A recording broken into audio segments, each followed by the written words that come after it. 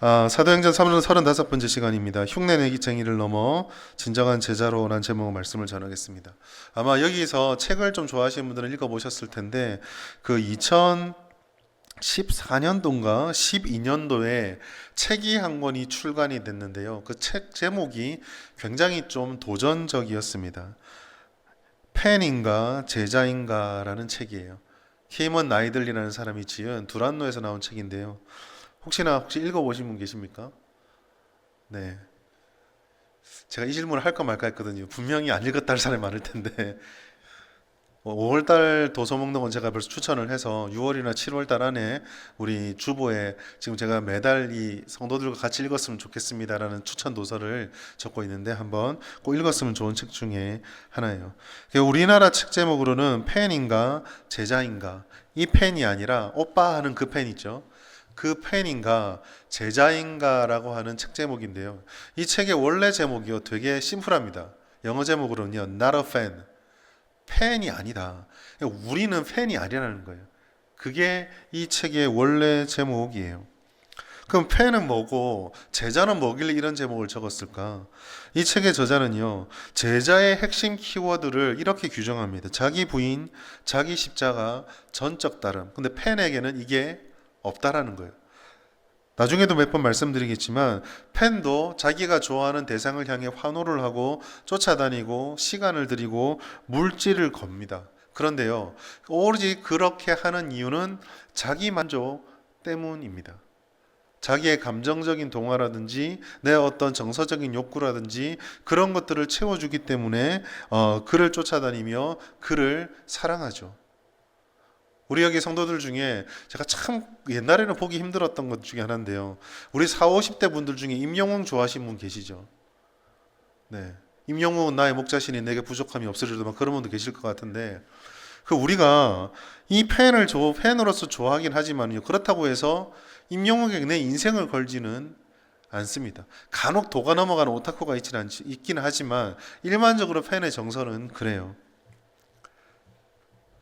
그런데 이 책의 저자가 강조하는 것은요, 제자는 그런 존재가 아니다라는 겁니다. 예수를 쫓아가는 사람들에게 뚜렷하게 나타나는 두 가지 삶의 모습이 있대요. 하나는요, 예수를 좋아하는 사람이에요.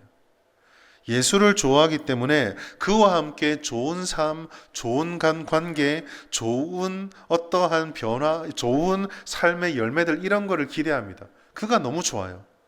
그런데도요, 이렇게 팬으로서 예수를 좋아하는 사람은 그저 좋아할 뿐 여전히 똑같은 모습이 남아 있습니다.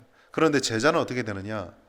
좋아하는 게 아니라 싫고 좋고라고 하는 기호의 문제가 아니라 새로우냐 그렇지 않느냐는 존재의 변화를 경험하는 사람이 제자다라고 되어 있어요.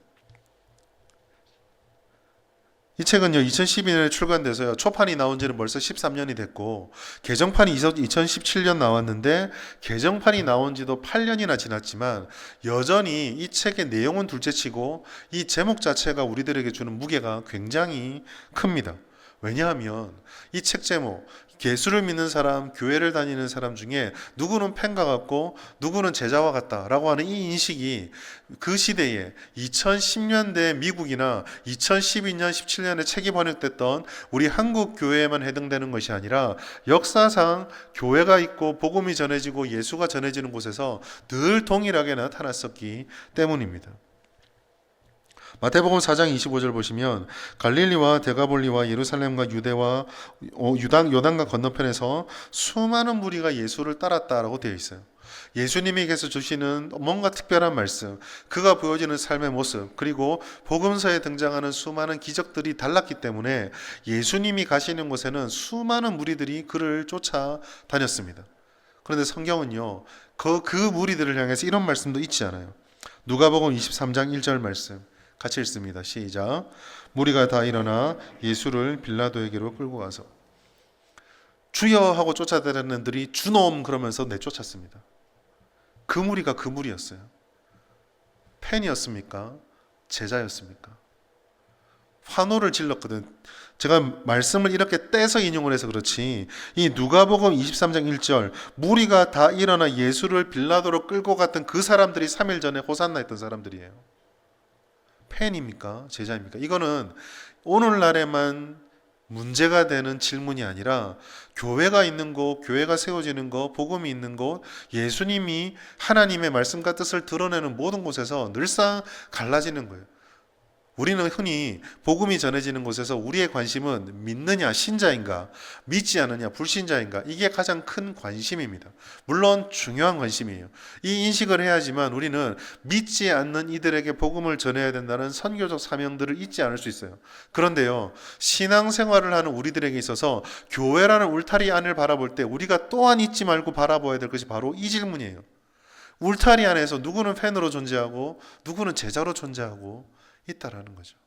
이것을 예수님께서는 알곡과 가라지라는 말로도 표현을 하셨고, 밖에서 술 피우면 이를 갈미 있을 것이라고 말씀을 하셨고, 누구는 양이고 누구는 염소라고 말하시면서 늘 이 두 가지를 간절하게 강조해서 말씀하셨어요. 그리고 오늘 본문 교회가 세워지는 이 사도행전에서도 예수님이 이미 떠나셨지만 여전히 이 똑같은 모습들, 진심을 다한 제자의 모습이 아니라 엉뚱한 곳에 관심을 가져서 흉내쟁이에 불과했던 사람들이 놀라운 역사의 한 가운데에 등장을 합니다.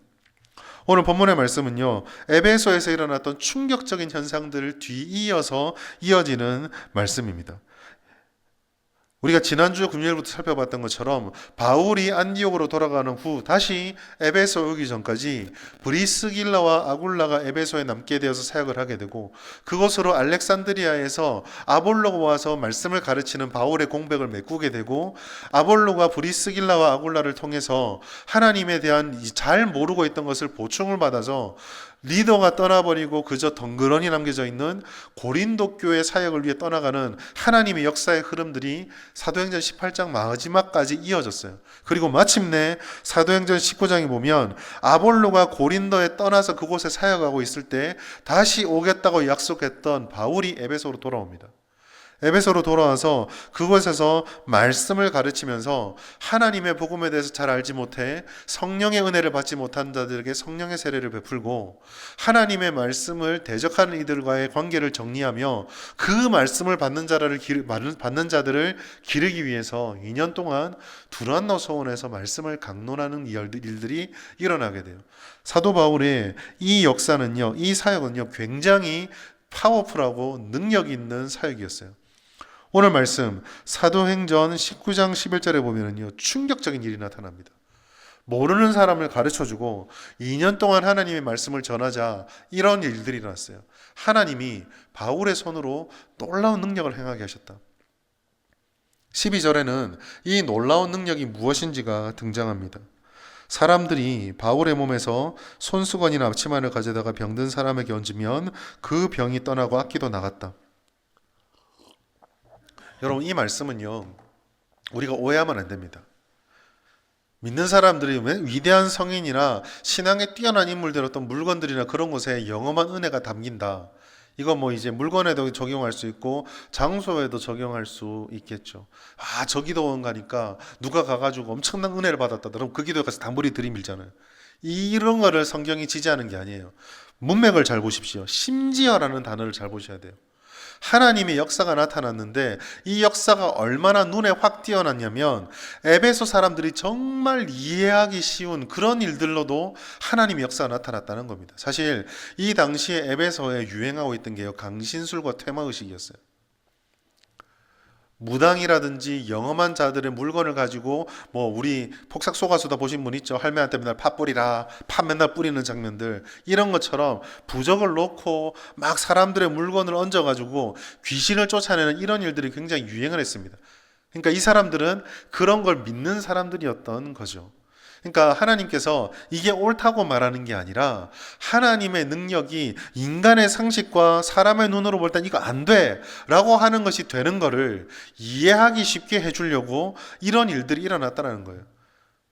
그러니까 잘못 이해하셔가지고, 아, 바울의 치마가 능력이 있네, 뭐 저는 그런 능력도 없지만은 저 혹시나 담임 목사님 웃돌이나 훔쳐가면 얹어볼까, 이런 생각들을 하실 필요가 없어요. 냄새만 납니다. 가져갈 필요 없어요. 그거를 말씀하는 게 아니거든요.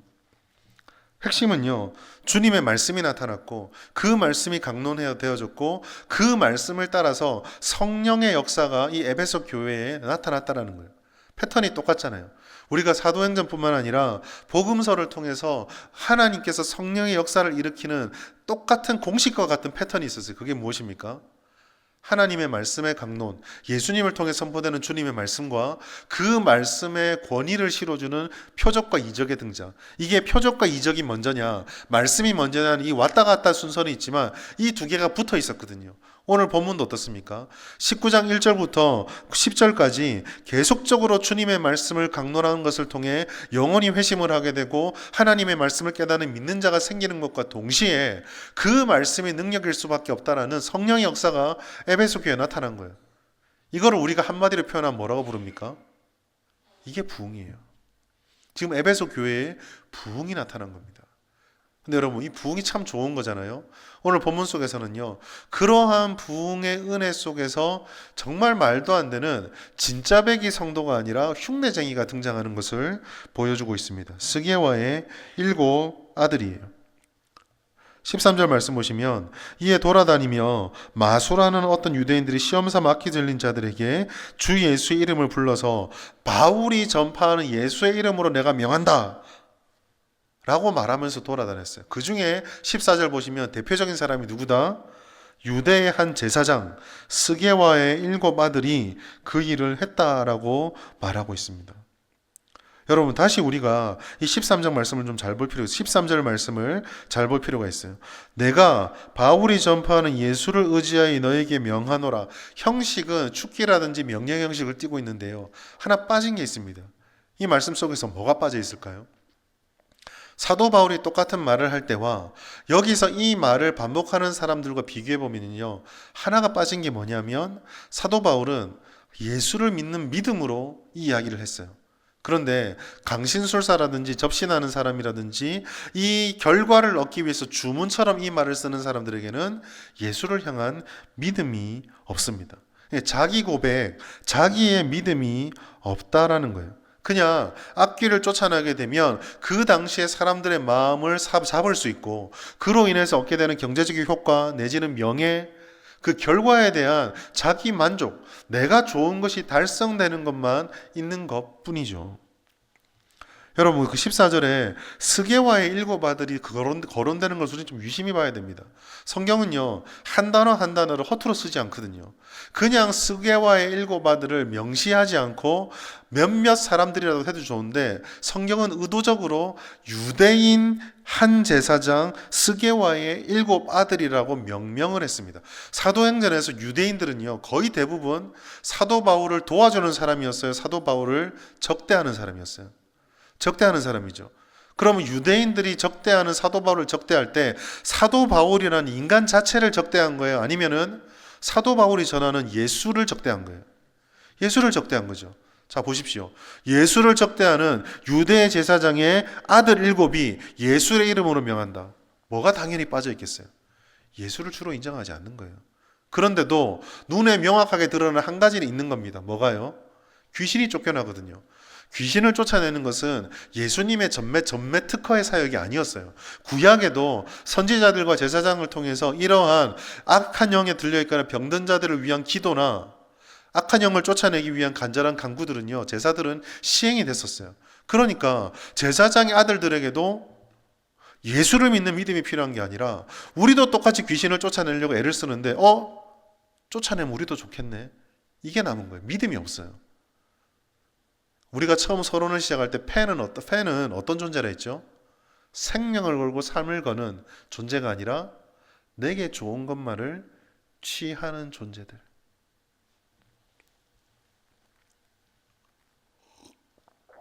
이들은 예수를 알아요. 예수가 누군지도 알고 뭘 했는지도 알고 3년 동안 뭘 가르쳤는지도 알고 그 제자들이 어떻게 살았는지도 알고 그 제자 중에 몇몇은 어떻게 죽었는지도 알고 사도 바울이 원래 어떤 사람이었다가 이렇게 됐는지도 다 알아요. 그러나 그들에게 필요한 것은 그 별 볼 일 없던 제자들, 어부들이 저렇게 능력 있는 사도가 어떻게 됐지 관심 없어요. 그렇게 우리 편 중에 가장 탁월한 사도 바울이 어떻게 저 지경이 됐지 관심 없어요. 예수가 묻혀 있었던 그 무덤이 왜 비었을까? 관심 없어요. 그냥 그들에게 지금 필요한 건 뭐예요? 귀신이 쫓겨나네. 병든 자가 일어나네. 뭔가 내게 좋은 게 있네. 그것만 딱 남아 있는 겁니다. 다시 우리는요, 여기서 팬인가 제자인가의 갈림길을 보게 돼요. 여러분, 우리는요, 여러 번 여러분들에게 말씀을 드렸지만, 아는 것과 믿는 것의 차이를 잘 구분해야 합니다. 팬도 제자도요, 안다는 점에서는 공통점이 있어요. 여러분, 어떤 팬이 알지도 못하는 것을 좋아합니까? 여러분, 가수를 좋아하는 아이들 열심히 봉을 흔들며 오빠 쫓아가는 애들에게 너 누구니 그러면은요, BTS가 누구냐 하면 6명의 멤버들의 이름을 잘 외워요. 그런데 어떤 팬이요, 너 왜 지금 누구를 쫓아가니 몰라요 그러면 쫓아가는 팬은 하나도 없습니다. 그 봉에, 혹시나 아시는지 모르겠지만 저도 이걸 옛날에 듣고 되게 놀랐었는데, 그 색깔마다 팬들 팀이 다 정해져 있거든요. 그 우리 막 그건 같은 거예요. 뭐 야구 좋아하는 분들이 그 야구 대표팀의 그 전매 색깔이 있잖아요. 홈에서 뭐 하고 이런 것처럼 다 구분이 되어 있는 거예요. 그 색깔, 옷, 구호, 외침 전부 다 구별돼서 내가 누구를 좋아하는지 누구보다 잘 압니다. 팬도 잘 알아요. 제자도 압니다. 그런데요, 그 강도와 질에 있어서는요, 현격한 차이가 있어요. 팬은요, 그저 아는 것에 불과해요. 그러니까 자기가 아는 범위 내에서 자기가 좋아하는 대상을 상상력을 발휘했다가 그 상상력을 그 대상이 이탈하면은 심각한 배신감을 느끼면서 원수처럼 돌변해 버리거든요. 우리 오빠가 나만 좋아해 줄 줄 알았는데 갑자기 결혼한다 그러면 그 연애하는 여자친구에게 막 면도날 그어서 보내고 막 그러잖아요. 배신감 때문에 그러거든요. 그저 아는 것일 뿐, 내가 어떤 피해를 짊어져야 된다, 어떤 어려움을 감내해야 된다, 그 사람을 위해서 내가 어떤 헌신을 해야 된다, 내가 어떻게 변화되어야 된다, 그런 거 없어요. 근데 제자는요, 믿음이 핵심입니다. 믿음은요, 단지 좋은 것을 공유하는 것으로 끝나지 않아요. 믿음이라는 것은 죽음에서 생명으로 옮기는 존재의 변화입니다. 제자가 된다는 것은 그저 좋은 것이 강화되어지는 것이 아니고 안 좋은 것이 사라져서 내가 더 맑아지는 게 아니라 내가 있던 곳에서 죽음의 장소에서 생명의 장소로 옮겨지는 거예요. 완전히 새로워지는 것입니다. 생각이 변하는 것이고요. 삶의 방향이 변하는 것이고요. 우선순위가 재정렬되는 것이고 내가 살아가는 방식이 다 바뀌는 거예요. 근데 여러분, 이렇게 바뀌고 새로워진다고 할 때 한 가지 우리가 기억해야 될 것이 있어요. 기억해야 될 것이 있습니다. 이게 많은 성도들이 특히나 우리가 흔히 말하는 값싼 구원의 이론에서 빠져 있는 것인데요. 이와 같이 제자가 된다는 존재의 변화는 우리들에게 변화되고 나면 무조건 좋은 것만 있을 거란 약속을 단 한 번도 하지 않습니다. 이게 중요합니다. 존재가 변하는 것이지 상황이 변하는 게 아니에요. 제일 쉬운 말로요. 이제 뭐 몇 달 더 있으면 또 우리 청년부 주일학교 학생들 수련회 가고 막 이렇게 할 텐데, 제가 이제 수련회 가게 되면 마지막 날 기도회 때 꼭 하는 기도 제목이 있었어요. 그게 뭐냐면은 3일 동안, 나흘 동안 우리가 주님의 말씀을 듣고 세상에서 멀어져 와서 주님을 찬양하고 그동안 하지 않았던 기도를 하면서 요만큼이라도 또 큰 은혜를 받았던 시간이 되었을 줄 믿는다. 그러나 우리가 기억할 게 있다. 뭘까요? 은혜는 우리가 받았지만 은혜를 받고 내려가는 그곳에, 너의 집에,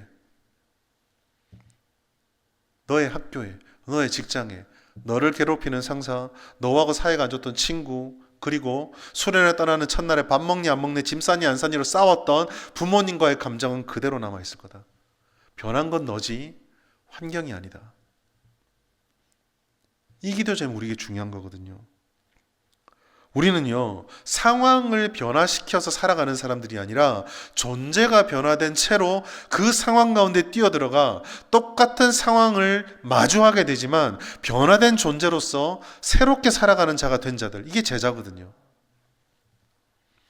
그렇기 때문에 제자로서 살아가는 삶은 때로는 좋은 순간도 있지만은요, 여전히 어려운 건 어려울 수도 있고, 심지어 변화되기 이전에는 아무 문제가 아니었던 것이 변화된 삶의 가치관과 삶의 원리로 바라보니까 더 이상 가지고 있을 수도 없고, 더 이상 그렇게 살 수도 없고, 더 이상 이거를 허용할 수 없어서 버려야 되고, 저항해야 되고, 부딪혀야 되는 그런 어려움을 겪을 수도 있는 겁니다.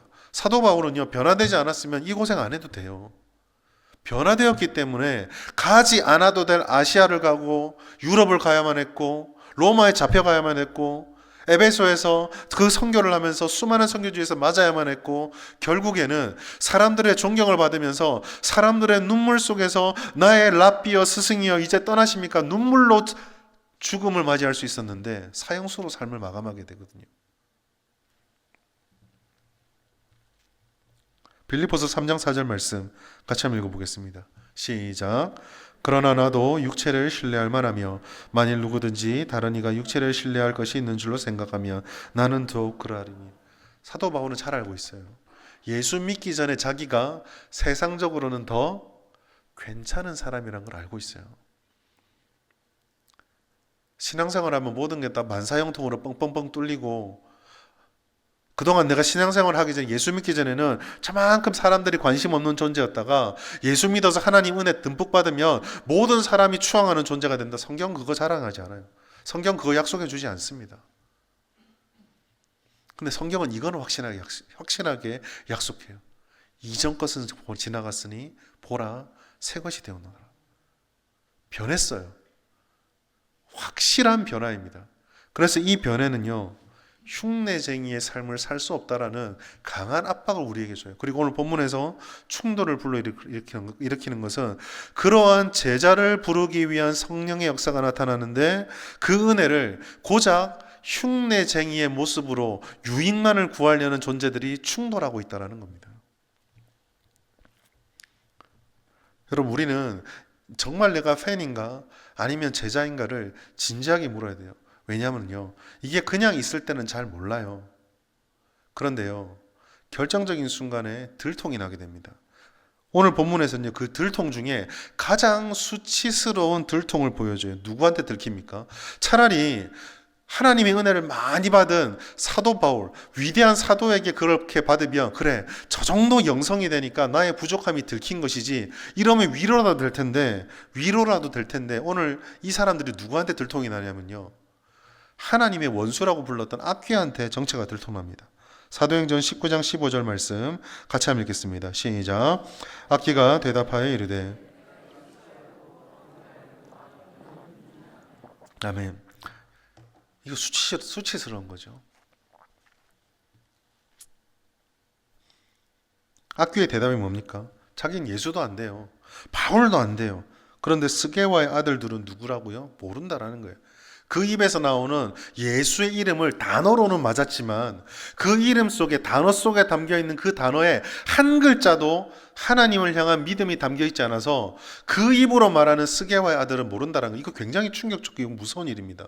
여러분, 우리가 진정한 제자로 변화되지 않고 흉내쟁이로 남아있으면요, 우리가 하는 수많은 미사의 요구들을, 그리고 성경에 있는 수많은 단어들을 아무리 읊조리봤자 뭐라고요? 그 안에 믿음은 하나도 안 담겨있는 거예요. 이들은요, 악귀가 아는 만큼도 예수를 몰랐어요. 야고보서 2장 19절, 내가 하나님은 한 분이신 줄을 믿느냐? 잘하는도다. 귀신들도 믿고 떠느니라. 여러분, 귀신은요, 그래도 믿고 떨었어요. 유대인들이 예수를 앞에 떨었습니까? 떨지도 않아요. 마귀보다도, 귀신보다도 하나님이 율법을 맡은 선민이라고, 우리야말로 민족 중에 최고의 민족이라고 자부심을 가졌지만 악기만큼도 예수를 모르고 하나님을 모르는 겁니다. 우리의 이러한 실태를요, 귀신이 알고 밝힐 정도라면 우리 하나님 정말 모르실까? 꾸며져 있는 종교적인 습관들, 익숙하게 해왔던 신앙생활이 너무 자연스러워서 호흡과 같이 나타나고, 그래서 처음 교회로 오거나 믿음의 고민을 가진 분들이 바라보면은, 아유, 어떻게 우리 집사님은, 우리 목사님은, 우리 장로님은, 우리 권사님은, 우리 성도님은 그렇게 신앙생활 하는데 막힘이 없으세요? 라고 말하는 말 뒤에 익숙함은 있을지 모르나 진정한 변화가 없어서 흉내쟁이에 불과할 때, 우리를 넘어뜨리려는 사단이 우리 앞에 딱 섰을 때 우리를 바라보며, 나는 지금 네가 하는 그 예배와 기도와 봉사와 헌신을 아무리 봐도 거기서 나는 예수의 향기를 맡을 수가 없다 라고 말한다면 얼마나 우리가 부끄럽겠어요. 흉내쟁이를 통해서 우리에게 말씀해 주는 것, 교회로 세워져 가는 것의 핵심은요, 변화에 있습니다. 변화. 존재가 변하지 않으면요, 아무리 우리에게 익숙한 것들이 쌓여져 가고 우리의 신앙 연수가 쌓여져 가고 그 시간 동안 우리가 단체 속에서 외적으로 드러나는 업적들을 아무리 많이 남겼다 할지라도 나는 너를 모른다라는 이야기를 들을 수가 있어요. 오늘 우리 밤에 우리에게 던져야 될 질문은 바로 여기에 있습니다. 나는 팬으로서 예수를 쫓고 있는가? 제자로서 예수를 쫓고 있는가입니다. 물론 여기에 가장 중요한 뿌리에 있는 문제는 믿음의 문제죠. 상대방의 믿음을 우리가 알 수 있습니까? 사실 믿음은요, 목사인 저도요, 판단할 수 없어요. 제가 무슨 권리로 혹은 어떤 영성으로 누군가를 바라보며 마치 꿰뚫어 보듯이 당신 믿음이 좋지 않아. 저는 철저한 성경주의자거든요. 성경에서 그렇게 믿음을 말할 수 있는 사람은 예수님 말고 없었어요. 그런데 성경은요, 이렇게 얘기를 합니다. 결과, 열매를 통해서 우리들은 그 믿음을 돌아볼 수 있다라고. 그러면 우리가 만약에 제자라면, 제자로서 변화된 삶을 살아간다면, 우리가 제자의 길을 걸어간다면 어떤 열매를 기대할 수 있고 어떤 열매를 추구해야 될까요? 오늘 본문에 그것도 나타납니다. 첫 번째로 제자에게는요, 바른 신앙 고백이 있어요. 17절 말씀 같이 읽겠습니다. 시작. 에베소에 사는 유대인과 헬라인들이 다 이 일을 알고 주 예수의 이름을 높이고. 아멘. 스게와의 아들들에게 일어난 사건, 그리고 그 사건 이전에 있었던 사도 바울이 통해서 나타났던 역사, 그 역사가 증명해주는 사도 바울이 전해준 말씀, 말씀과 이적과 증명들, 이 세 가지가 결합되면서 사람들이 그냥 유익하게 예수를 따르는 게 아니라 믿음이 그 안에 들어갔어요. 오늘 17절 말씀 보시면 유대인과 헬라인들이 다 이 일을 알고 두려워하며 주 예수의 이름을 높였다라고 되어 있습니다. 주 예수의 이름.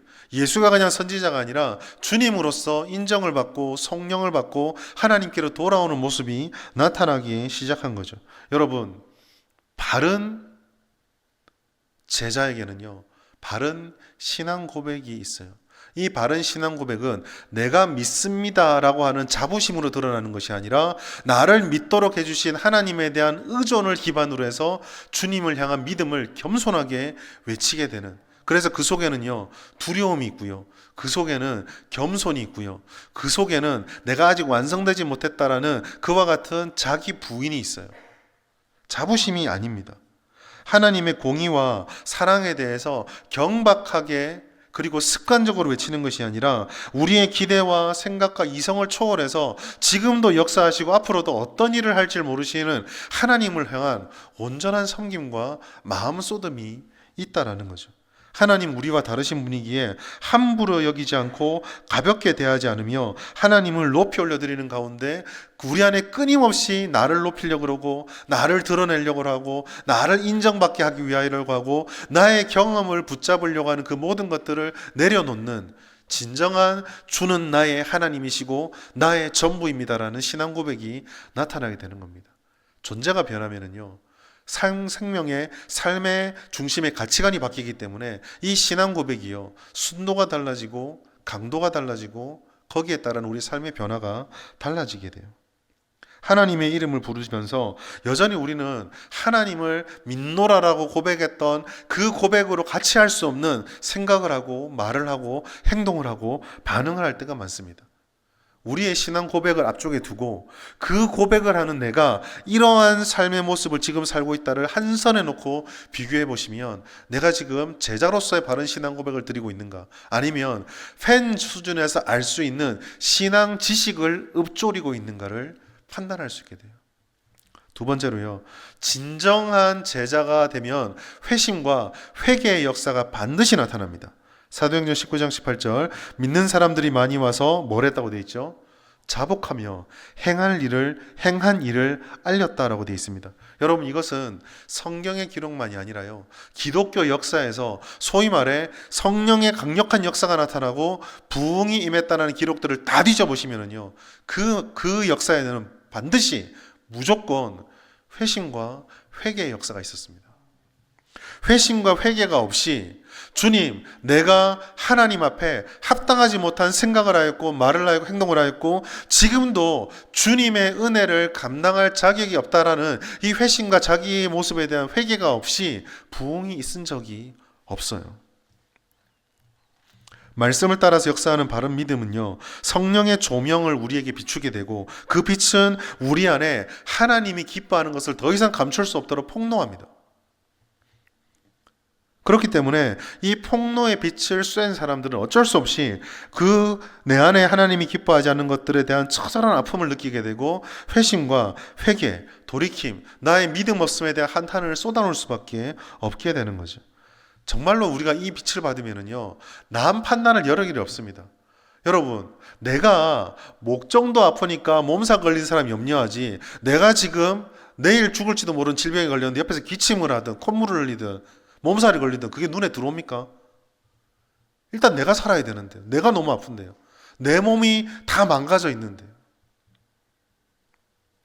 바른 믿음은 남을 판단하고 정죄하는 시간이 없어요. 언제나 자신의 비참하고 연약한 상태를 돌아보게 되고, 그래서 오직 하나님 은혜밖에 없다라는 주님 앞에 달려올 수밖에 없는 거예요. 19장 18절, 믿는 사람들이 자복하여 행한 일을 알리러 달려오잖아요.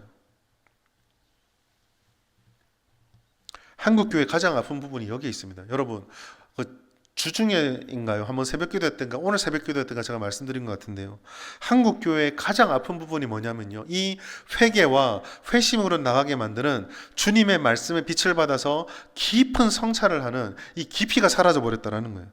형식적인 회개만 있습니다. 진정한 회개와 회심이 사라져 버렸어요. 주님, 나의 죄를 용서하여 주시옵소서. 우리가 기도할 때마다 말하는데, 대표 기도하실 때 여러분 준비하시는 우리 집사님들, 권사님들, 장로님 계시는데요. 주님, 오늘 한 주에 나의 죄를 용서해 주시옵소서. 그 한 줄의 문장을 적을 때 그거를 적어 놓으시고 하루만 좀 묵상해 보십시오. 내가 이번 한 주 동안 이 회개한다는 한 줄의 기도를 하기 위해서 내가 회개할 것이 과연 무엇인가? 하나님 앞에 합당하지 못했던 것이 무엇인가를 깊이 있게 묵상해 보셔야 돼요.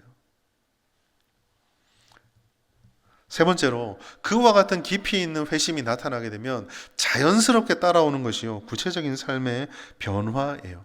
너무 하나님 앞에 어울리지 않는 것이었기 때문에 주님의 성령의 역사를 받으면 이 하나님께 어울리지 않는 것들을 가지고서는 도저히 버틸 수가 없게 되는 거죠. 오늘 본문에서는 어떻게 나타났냐면 이걸로 나타났습니다. 사도행전 19장 19절 같이 읽습니다. 시작.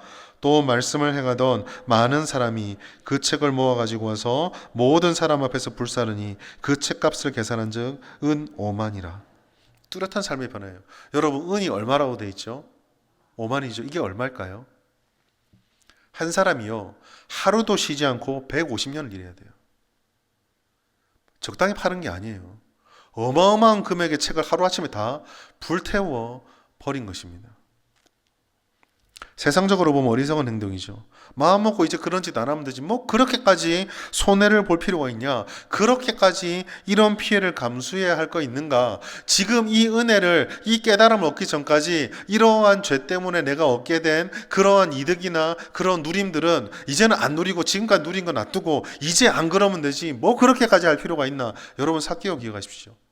내가 착취한 것에 네 배를 돌려내겠습니다.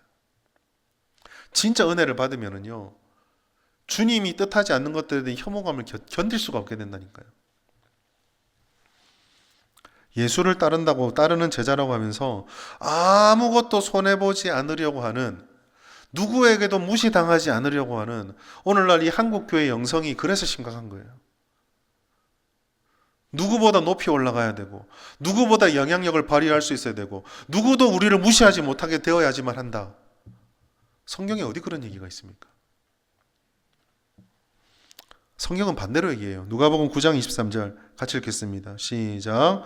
또 무리에게 이르시되 아무든지 나를 따라오려거든 자기를 부인하고 날마다 뭐지라고요? 제 십자가를. 저기에 무슨 영광이 있습니까? 저기에 무슨 강해짐이 있어요? 저기에 무슨 높아짐이 있어요? 저기에 무슨 사람 모두가 나를 무시하지 못하는 알아줌이 있어요? 없어요. 십자가를 지는 것보다 영광을 선택하고 다른 이들에게 굽히기보다는 다른 이가 내게 굽히기를 바라는 이런 삶의 자세를 지향하면서는 우리는 제자가 아니고 팬일 뿐입니다. 진정한 제자는요, 대가를 치러요. 하나님을 위해 자신을 버리는 대가를 치릅니다. 그러나 여러분, 이 흉내쟁이 신앙이 무거워 보인다 할지라도 우리는 병에 낚이기 위해서 몸에 살을 도려내는 버림이 있을 때에 새 살이 채워진다는 사실을 기억해야 합니다. 이렇게 하나님께 모든 것을 내어버리고 그래서 무기력한 존재가 될 것만 같을 때에 사도행전 19장 20절은요, 회복과 부흥과 전진의 역사를 딱 한마디로 표현해요. 이와 같이 주의 말씀이 힘이 있어 흥왕하여 세력을 얻으니라. 세력을 얻으려고 달려간 거 아니에요. 세력을 얻을 수 있는 길들은요, 하나도 여기서 한 게 없습니다. 세상적으로 보면 이렇게 하면 망해요. 이렇게 하면 있던 세력도 사라집니다.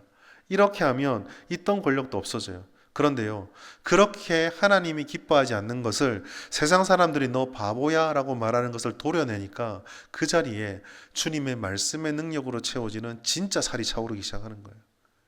그래서 흉내쟁이의 모습이 사라져버리고 진짜 변화된 제자가 되게 되고 그 제자의 삶에 하나님의 흥왕하는 역사. 그래서 이 세력이 나를 유혹하는 그러한 유혹거리로서의 재앙으로서의 세력이 아니라 하나님의 겸손한 제자들에게 하나님의 뜻대로 이루고자 할 때 고작 도구밖에 안 여기는 그런 세력.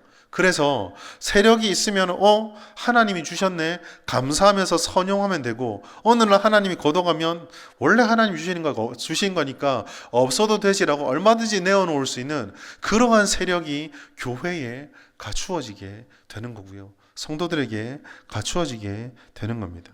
말씀의 회복과 우리가 그 말씀을 따라서 주님의 제자가 되는 것의 중요성이 바로 여기에 있어요.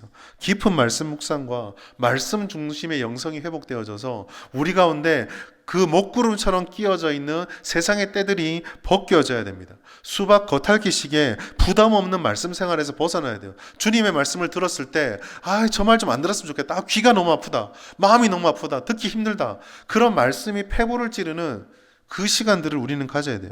여러분, 말씀이 비상적이잖아요. 말씀이 그저 내 기분 좋은 데를 살살살 간지러주는 그 말씀 생활로 끝나면은요, 우리의 신앙도요, 우리의 삶도 그렇게 피상적일 수밖에 없어요. 가장 본질적인 것들은 아무것도 건드리지 못하게 됩니다. 수많은 설교가 자행되고 있어요. 목회자로서 제가 가지고 있는 기도 제목이자 제가 가지고 있는 가장 뼈아픈 거예요.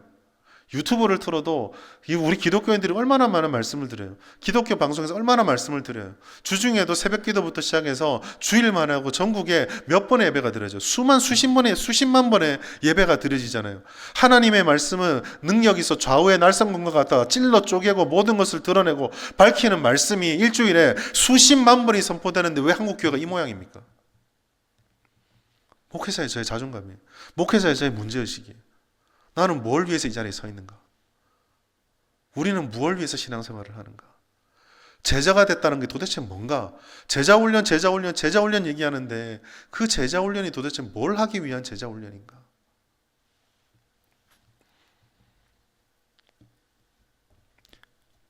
두려운 거예요. 그렇게 사역을 오래 하고 주님께 나갔는데 하나님께서 저를 바라보고 너는 흉내쟁이에 불과했고 네가 만들어낸 것도 흉내쟁이에 불과했다라는 말을 듣기가 두려운 거예요.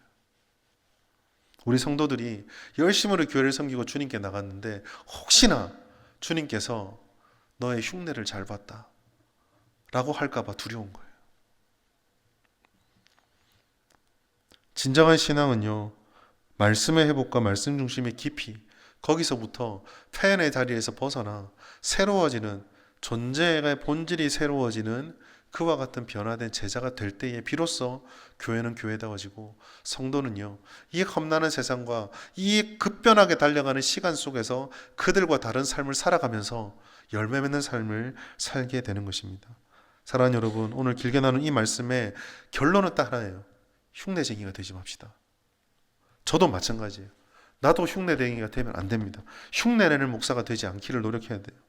흉내쟁이 제자가 아니라 진정한 제자, 주님의 말씀으로 승부를 걸어서 바른 신앙 고백이 회복되고 회심과 회개의 역사가 회복되어지고 구체적인 삶의 변화가 있어서 주님 바라볼 때 우리 진주성국교회를 바라보며 세상에서 뭐라 말할지 모르나 나는 오늘 진짜가 가득한 교회를 보았다 라고 말하는 그런 교회가 되기를 예수님의 이름으로 축복합니다.